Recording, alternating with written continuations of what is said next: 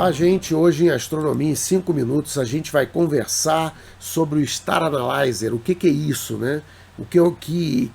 Que acessório é esse que torna a astronomia tão interessante para a gente, né? Então é o seguinte, primeiro eu vou explicar rapidamente o que eu já falei em outros 5 minutos, mas só para lembrar o que é a luz, né? A luz são ondas eletromagnéticas, tá certo? Então o campo elétrico e o magnético encontram a fase, quando está no máximo ou está no mínimo, eles são ortogonais, e eles estão também ortogonais à direção de propagação, que a gente chama de vetor de Poynting, né? A direção de propagação da onda. Bom, então o que acontece é o seguinte, essas ondas eletromagnéticas elas têm muitas frequências, e tem uma parte bem estreita aqui, que corresponde às frequências que nós conseguimos ver com os olhos. E essas frequências são representadas pelas cores, o arco-íris, tá certo?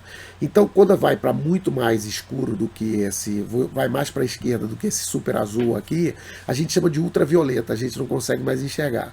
E quando ele fica muito para a direita do vermelho, ele vira o infravermelho, que a gente também não consegue enxergar com os olhos. Mas as câmeras captam isso, né? Inclusive câmeras de segurança.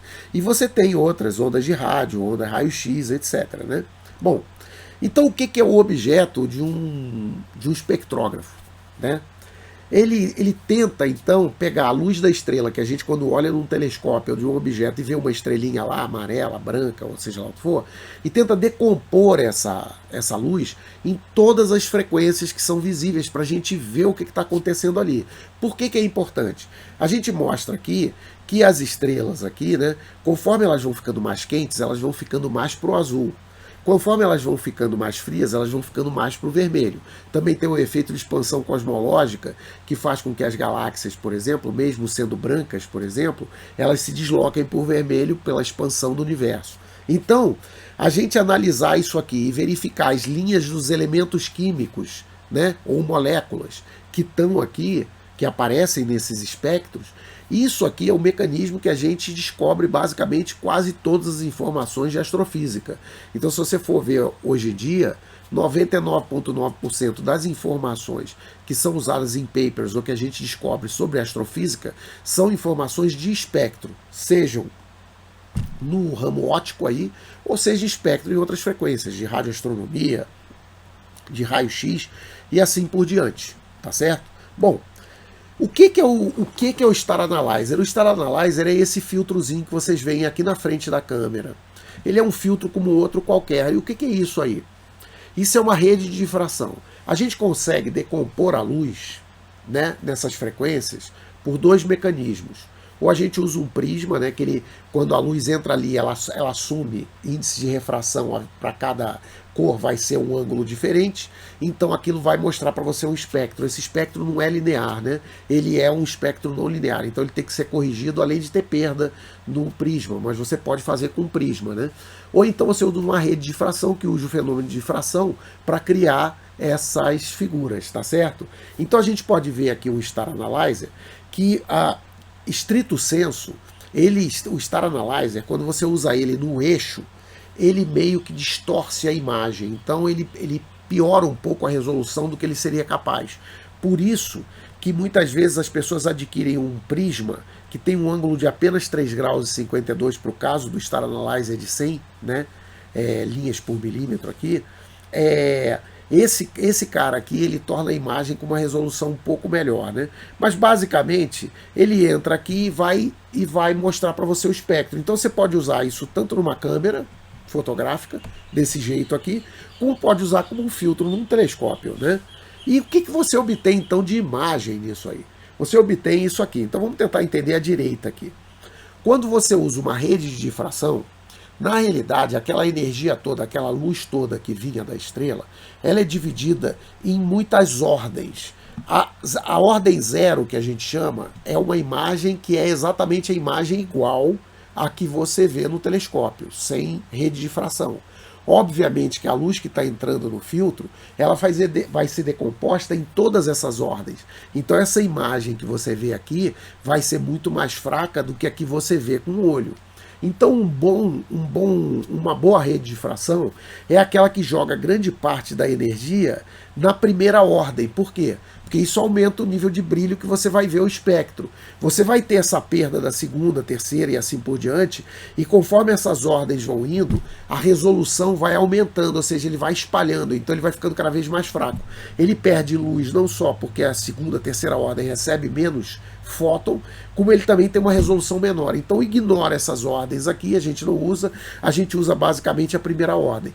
Então vocês podem ver aqui nessa foto um espectro tirado com uma câmera, né, ou com um telescópio, aonde você vê aqui, essas linhas coloridas aqui, é o espectro contínuo de uma estrela, né? Como a gente viu, uma estrela, por mais que ela seja azulada, ela emite em todas as outras frequências, então você consegue ver a estrela em todo o conjunto de frequências. Então, por exemplo, essa estrela aqui é essa aqui, tá legal? Ó. Essa aqui é essa aqui. Então você tem aqui a primeira ordem, a zero ordem, né? Que é a estrela, e essa aqui é ela. Isso aqui é o quê? É a nebulosa do Anel. Essa aqui é a nebulosa do Anel vista como se fosse uma fotografia normal. E essas aqui duas são as duas projeções que você tem da nebulosa. Por quê? Porque ela só emite nessas duas frequências, em O3 e H-alfa. Então, por isso que a gente não vê um borrão aqui. A gente não vê um borrão porque a emissão dessas outras frequências é tão baixa que ela não aparece aí. Então, a nebulosa planetária, no caso a nebulosa do Anel, a gente vê claramente que se eu usar um filtro verde, ela vai aparecer super brilhante aqui, porque toda a energia dela é concentrada no verde. É exatamente por isso que quando você usa, por exemplo, faz análise de um espectro desse, você já vê que isso aqui se trata de uma nebulosa planetária mesmo se você não souber o que é. Então você tira uma fotografia e você vê, quando tem esse comportamento, você sabe que é uma nebulosa planetária, tá certo? Bom, como calcular então? Tudo bem, eu comprei esse Star Analyzer, mas pô, como é que eu sei onde é que eu ponho ele? O que isso significa? Então aqui tem uma calculadora que eu botei aqui o link, né? Que você coloca a abertura do telescópio, né, a distância focal, qual o sim típico da sua região, né, qual é a distância que você mediu lá entre a rede e o sensor, né, no caso o CCD, lá, o CMOS, né, você diz o tamanho de pixel da câmera, né, e qual é o tamanho da câmera em termos de largura em pixels. E aí ele vai dar todos os dados aqui de qual é a dispersão, ou seja, qual é a resolução que você vai ter, no caso 14 angstroms por pixel. Como para você representar uma linha dessa, você vai precisar de pelo menos 3 pixels, então a resolução aí é de 42 angstroms por pixel. Como você tem o range, que a gente vê, é mais ou menos entre 4.000, 7.000, 3.000, então a gente está falando aí de mais ou menos uma resolução de 100 pontos no espectro, é um espectro de muito baixa resolução. Tá certo? Então ele mostra aqui quanto que aquele teu CCD vai mostrar, né? Ele vai mostrar 9.000 angstroms, ou seja, vai mostrar toda a área visível no espectro, tá ok? Então você pode, mudando essas distâncias, aumentar ou diminuir a resolução que vai ter o espectro que você vai detectar. Lembrando que se você aumenta a distância, aumenta a resolução, diminui o brilho, você vai ter que ter mais exposição ou um telescópio maior, tá certo? Mas e na prática, como é que a gente faz isso? Bom, você tem softwares que pegam essa informação e transformam nesses gráficos aqui, tá certo? Aqui vocês podem ver algumas coisas feitas com o Star Analyzer. Então o Star Analyzer ele consegue mostrar, por exemplo, o deslocamento da linha H-beta e H-alfa de um quasar, mostrando que o quasar está a 2 bilhões de anos-luz de distância, porque ele está com uma expansão cosmológica. A mesma coisa aqui você consegue ver, por exemplo, de um cometa. Então aqui você consegue ver todas as emissões aqui, C2, CN, típico de cometa, NH2, você consegue ver o espectro de um cometa. Tá certo? Então esses espectros no Star Analyzer são de baixa resolução. Eles servem para quê? Você consegue descobrir o tipo de uma estrela nova, você consegue descobrir o tipo de uma estrela supernova, você consegue fazer um espectro de um cometa e verificar como que ele muda eventualmente a composição conforme ele vai evoluindo, né, próximo do Sol. Você consegue, mas você não consegue fazer algumas outras coisas que necessitariam de um espectroscópio de alta resolução. Uma rede de difração dessa, um jeito fácil de você fazer, o Star Analyzer não é barato, é tipo uns $150, eu acho, mas você consegue comprar no AliExpress umas redes de 100 linhas por milímetro lá, né? Que você compra a rede e monta ali, você compra, faz um adaptador e põe ali e vai funcionar, entendeu? Então, você compra essa rede barato, R$ 20, sei lá, é barato lá. Então, quem quiser comprar isso aí para fazer as experiências, é uma experiência muito legal, é uma experiência que mostra, vai explicar para você a física, vai mostrar para você como que as estrelas são diferentes, né? Como que a gente sabe a relação de temperatura da estrela com o espectro dela, como que os elementos químicos se comportam, né? As transições que você tem no espaço e assim, isso aí é uma coisa muito legal, né? Então, se você gostou, se inscreve no canal. Se você quiser ajudar a gente, se torne membro e participe do nosso grupo do Telegram, né?